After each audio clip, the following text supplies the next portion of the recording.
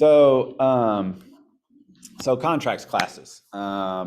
Basically, what I'm going to do is each week I'm going to pick a random document that I'm going to go over in great detail with you all and ask questions. These are going to be like short classes, like 30 minutes or less. And what I'm doing is I'm just paying attention to like what I'm getting the most questions on, and then that'll be the document that I'm going over. If for some reason you all have a request for a document, then at the end of the class, I'll ask that and I'll make that the next class if we need to. As always, if any of you have any questions about documents outside this class, please text me, call me, let me know. If you want me to review your purchase agreements, even especially if you're a new agent going forward, I'm going to create a tracker, but I'm going to have everybody submit their first 3 purchase agreements and first 3 listings to me. That way I can just review them. Let's make sure that you're legal. It's more of just checking your compliance and then making sure that you and your client are set up for success. So just keep that stuff in mind. You don't have to wait till this class. Reach out to me at any time and I'll definitely respond to you. So let's talk first right or refusal. I've had a lot of questions on this over the last couple of weeks. Who in here has used a first right before? So we have a couple people. Who's seen the document before?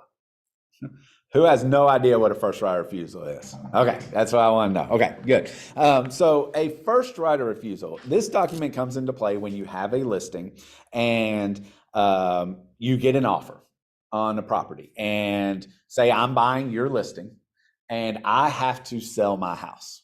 Well, you have 2 options at that point. Let's assume all the terms are great. You know, we're not going to get into negotiations of that, but all the terms are great, but I have to sell my house in order to buy your house. Well, you as the listing agent, your seller really has 2 options. One, you could accept it outright, market pending, and then just hope that it sells in a timely fashion. But the better option is to basically secure that buyer as a first right of refusal. I mean, they have the first right to purchase the home, but to continue to market the property and look for other buyers, right? So this document allows you to do that. It allows you to accept a contract with somebody else contingent upon their home selling or them securing some like bridge loan or some other form of financing. You keep marketing the home, doing your open houses, doing your social media, all of that. When another buyer comes along, then you would negotiate that offer. At that point, once the second buyer comes to agreeable terms, you notify the first person and say, hey, we have another buyer. They have submitted a contract that is acceptable to us. You have X number of hours to be able to perform on your original contract. That's buyer number 1. Right? And we'll get into the details of what that looks like as I work through the contract. If that buyer number 1 can't perform within 48 hours or whatever time frame that you write on here, then you move to buyer number 2 and you move forward. Hopefully they're non-contingent. The one thing I will say is I've never actually seen it before. You can legally bump out a first right for a better first right. Just know that. I've never actually came across that situation. So if you come across that situation, get with me. We got to be really careful in the verbiage and stuff behind that. Do they have to give the first right 48 hours? You still have to give them the 48 hours. Yes. Yeah. But after the end of the 48 hours, you can basically switch and say, hey, I got better turn. I'm going with this person, basically. So, and like I said, you got to be really careful behind the verbiage of that. So please contact me if you get into this situation. Is the first, when you have a first right, is it in the MLS? Do people know you have a first right? Yes. So there is and obviously I know a lot of you are in different MLSs, but in Paragon, there is under your listing, a checkbox or a line item that says first right of refusal. The second that you get all the signatures on this, you have to go into the MLS and check that, or have your admin do it, or whatever. Because you have to let the public know basically that, hey, we do have an accepted offer and this person gets first right.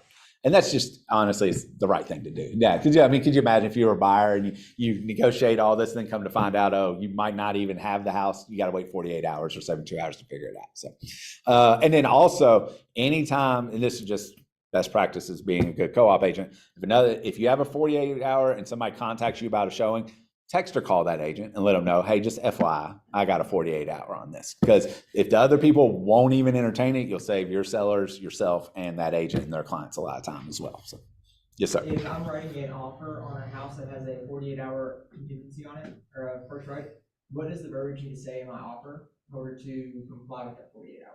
So are you the buyer one or buyer two? I'm the buyer two. You're buyer number two. So as the listing agent, no matter what, even if it's the perfect counter offer or perfect offer, you need to counter offer with subject to removal of first right of refusal. So basically you put that verbiage in there. So again, you're buyer two, you have to, because you can't go under contract with two buyers at the same time. So that you basically put a contingency in, says contingent upon first right of refusal being lifted within 48 hours or whatever time frame you put on there. And then that'll suffice, because that second contract now is not an active contract until that contingency is removed, if that makes sense. Then you would do it, and let's say that the first buyer one can't perform, buyer two comes in and now can perform, you do an addendum removing the first right from the contract. Remember, if you put a contingency in place and you have to remove it, then you have to have an addendum or some sign that now removes that contingency. Right. Same thing. I've seen this just as another example, and then we'll dive into the form. Flood zones are changing here in Owensboro, at least. I've seen recently where people put in subject to property being removed from flood zone. Well, you can put that in the purchase agreement, which protects that buyer, where if it, for whatever reason, it doesn't get removed, they don't have to move forward with the house. But I've seen where it gets removed and people don't remove it from the contract. So technically, you don't have an accurate contract. So just remember that. Like if you put a contingency in place, seller disclosures or seller concessions, you don't have to worry about that because that doesn't go away. But anything you put in there, you have to take out if needed, if that makes sense. Okay. All right, let's go through the form. So first, I'm going to encourage you to do this. Anytime we go over a form, read, or any form that you have to use, before you even go to fill it out. And I know we're all like, let's jump in, let's get a contract signed. Read the form. It'll answer so many of your questions, but I'm going to go through it in detail anyways. Hey, Okay, Matt, can you hear me? Yes, go ahead. Before you get started in this part, can you explain to me when it is best to use this first right of refusal? Anytime that basically you have so from a listing agent, anytime somebody writes you a offer that is contingent upon their home selling, and then from a buyer's agent, if your buyer has a contingency on the home selling, expect the listing agent to come back at you with this. I actually don't submit them. If I have a buyer that is contingent on selling, I'm going to push the offer through like a regular offer, just in the off chance that the seller takes it outright and gives me 60 days or whatever to sell the home. 95% of listing agents can come back and say, hey, we'll switch this to a first right. Jamie, does that answer your question? I want to add to, like, some agents in other counties, they like don't know about this. Yeah. Especially like Madisonville. So I can write offers and they don't even know. Yeah. And it kind of saves my buyer. Yeah. So that's something Absolutely. to think about too. Just don't automatically submit it. Try and get it under contract first and see if the agent even knows Yep. about this. Yep. Julie was saying that, in case y'all couldn't hear, a lot of agents, and especially in other locations, don't even know about this form. So always try to submit it first, and then if you have to do the first right, do the first right. You got it? Okay. All right. All right. Let's dive into the form.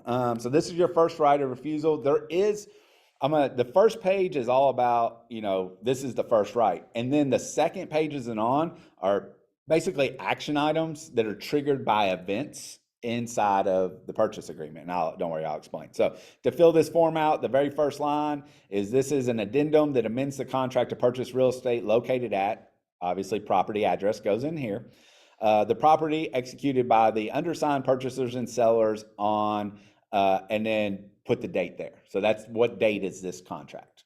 Okay. The contract is subject to the contingency. The sale or purchase of current property must occur before purchasers must perform on the contract. Basically, this is the contingency. And a lot of this understands it's like just lawyer terms, but I'm going to read each one. And if you have a question on what a line means, just raise your hand and stop me. If you're online, just shout out for me.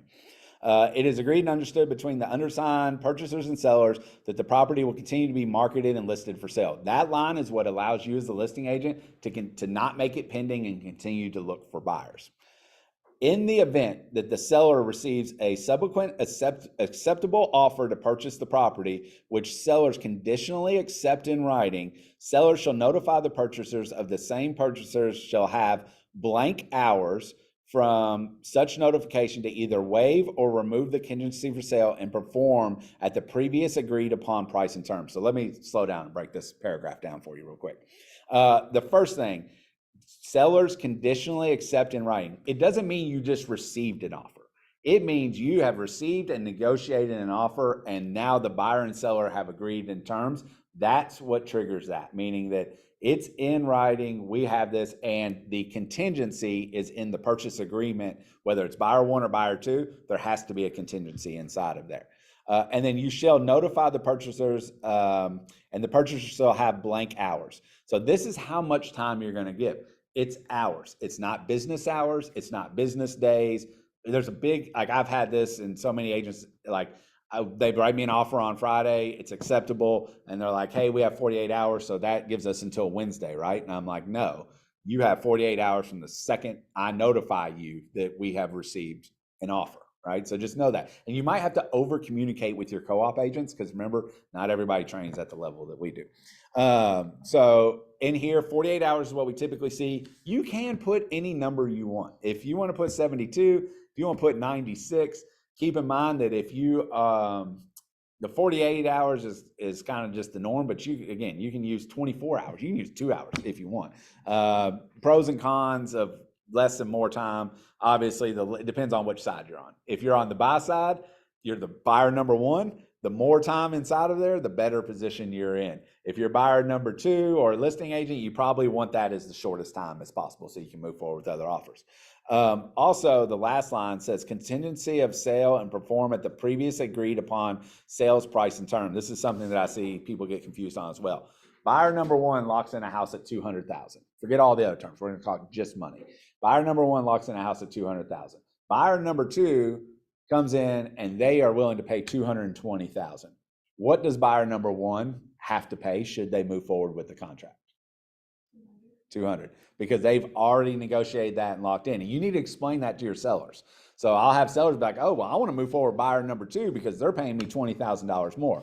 Well, unfortunately, you can't do that until you give them the 48 hours or whatever time frame you set, and then you can move forward with that second offer. So just make sure that you know that. Okay.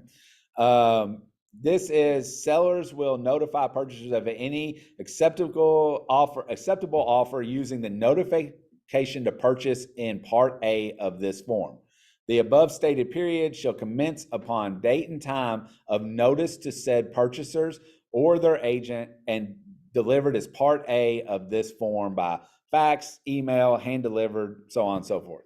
Seller's agent will note date and time of notification to purchasers, and sellers and purchasers agree to abide by the date and time recorded by seller's agent. Notice will be given to the purchasers only after a fully executed written acceptable purchase agreement has been delivered to the sellers and seller's agent. So what that means is you can't text somebody and say, hey, I got an offer, and it kicks off the 48. Instead, you have to scroll down here to Part A, right here, and this goes to Jane Doe buyer, date and time. This is to notify you that the undersigned sellers have received an acceptable offers to purchase real estate at the property located at, and you put in the property address. Then the sellers sign this document. Then you send this whole entire form, because keep in mind, in the beginning, we're only signing page one, that all parties agree we have a first right. Once the acceptable offer for Part 2 comes in, you fill out Part A. Do they have to show you the other offer? No, they don't. If you believe somebody is being deceitful, is lying to you, get with us. We handle that through the MLS, through the KREC, things like that. But there is no requirement that they have to show you proof of an offer. Them signing this by the seller and or buyer, putting their signature on this, is the notification enough to say that, hey, we have this, okay? All right, so let's see, that was part, and then Part B is purchasers have the right to remove the contingency, but must notify the sellers in writing of their actual removal or waiver of the contingency within the time frame specified using the notification to sellers of Part B in this form. Additionally, purchasers shall provide evidence of their ability to perform in terms of the contract, i.e. financing, proof of bridge loan, other things along those lines. Failure to purchaser to exercise this first right of refusal by removing or waiving the contingency in the above time period will void the purchase agreement and constitute an automatic release of all parties, and purchaser's earnest money shall be returned to them. So what that means is we fill out Part A, and let's say we're the listing agents. We fill out Part A, I deliver it to Jaden and say, hey, I got this acceptable offer. Here's the date and time. You have 48 hours. Just to be clear, let's just pretend like it's noon today. 48 hours is noon on Friday. which means you have to either remove that contingency, and to remove the contingency, you have to fill out Part B. I'll explain Part B in a second. If not, it's automatically null and void. Now, we still have to fill out a release, but you don't have to, at 1201, you are free to move forward with buyer number 2 if you're the listing agent. If you're representing buyer number 2, and I know there's a first right, I'm asking the agent, what's the deadline? And if they tell me 12, guess what I'm doing at 1201? I'm calling them, I'm texting them and saying, hey, are we under contract? Or was the first buyer able to remove the contingency?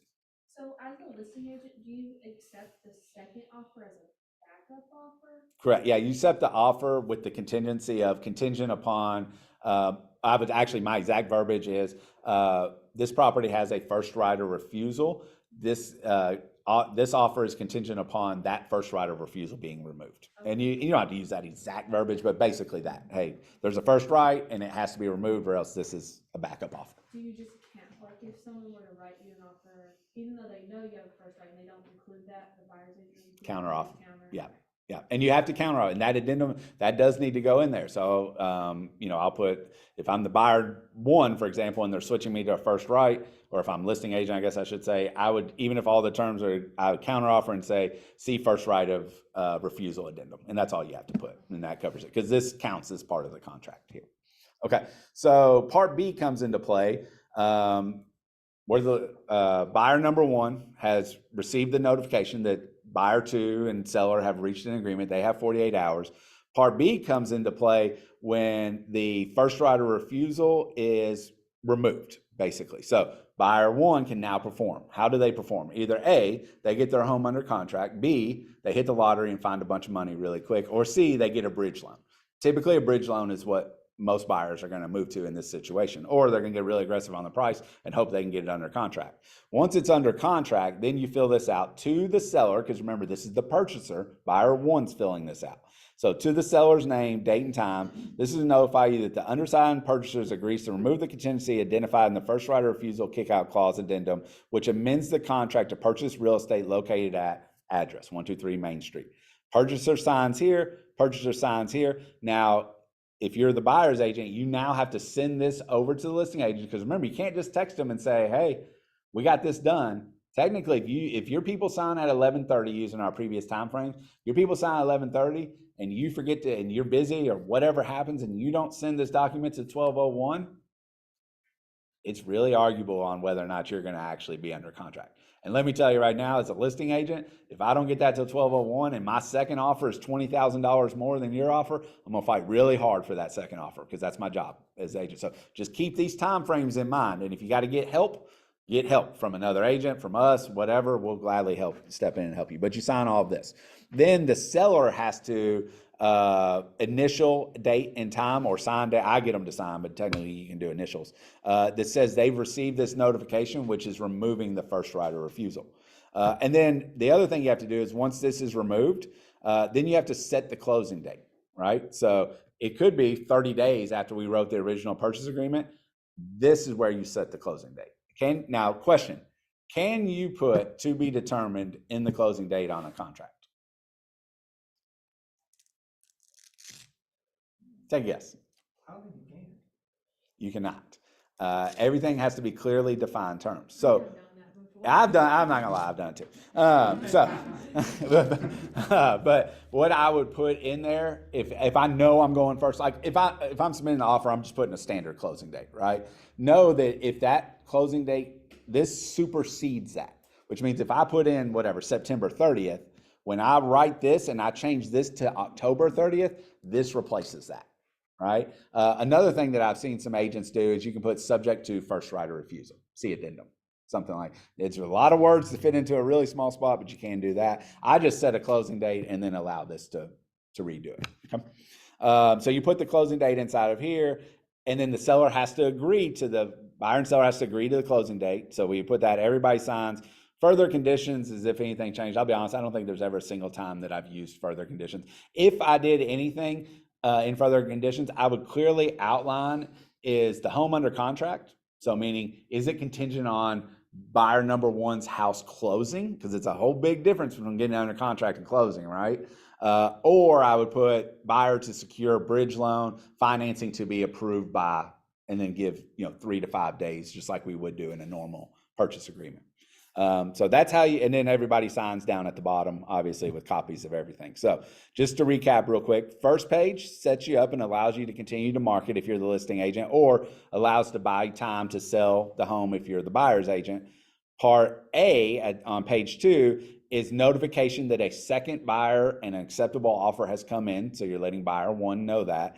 And then part B, 1, 2 things happen at that point. Either buyer 1's released because they couldn't remove the 48-hour, or they submit part B, which lets the seller know that we got the home under contract. We figured out how to pay for it. We're moving forward. And here's our new closing date and time down at the bottom.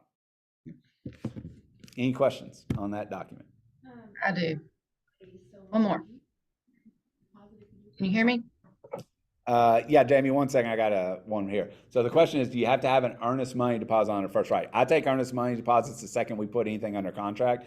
And by state law, you have to.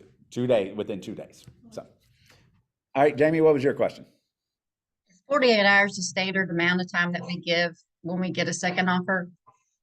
Yes. Now you can use any time you want. That's completely up to you and the seller. I've actually seen 72 a few times, but generally speaking, it's usually 48. And that is not business hours. It's 48 true hours. Good question. Any other questions? If I'm if I am putting in an offer on one and we're getting this back, and my buyers are, do the terms of their contract start at that time? Or do they have to start after? Great question. Great question. So his Matt Aller's question was, do the terms of the contract start when everybody signs or when the first right is lifted? I'm so glad, because I meant to say this and I didn't. I always put in a contingency, whether it's a counter offer, it's in my original offer. I'm going straight 48. It's just in my original offer. Inspection and appraisal timelines to begin upon 48-hour being lifted. Whether that's an addendum, whether it's in your original offer, you do want that verbiage, because you don't want your buyer 1 to go out and spend money on an inspection or appraisal. I mean, they're out $1,000 by that point, and then buyer 2 comes along and they can't perform. They just wasted money. But per the contract, if you read the contract, the inspection and appraisal timelines begin when that contract is signed, unless you put something in further conditions to change that. Does that make sense to everybody? Okay, great question. I'm glad you brought that up. All right, any other questions? All right, we'll wrap this one up. I appreciate y'all attending my first contracts class. Oh, anything that y'all want for next week, or you just want me to pick out what I'm seeing the most of? Any contracts could be. Any contracts? Okay, I'll pick something out. And I think next week I'm probably gonna go over the listing agreement, just because the listing agreement's new. So I'm studying it, learning it myself. So hopefully by next week I'll go over that with you all. Okay, awesome. Well, thanks for attending. Thanks everybody online. Thanks, Matt. No. Appreciate it. Hey, Matt, did you? Yes. Thanks, Matt. You're welcome.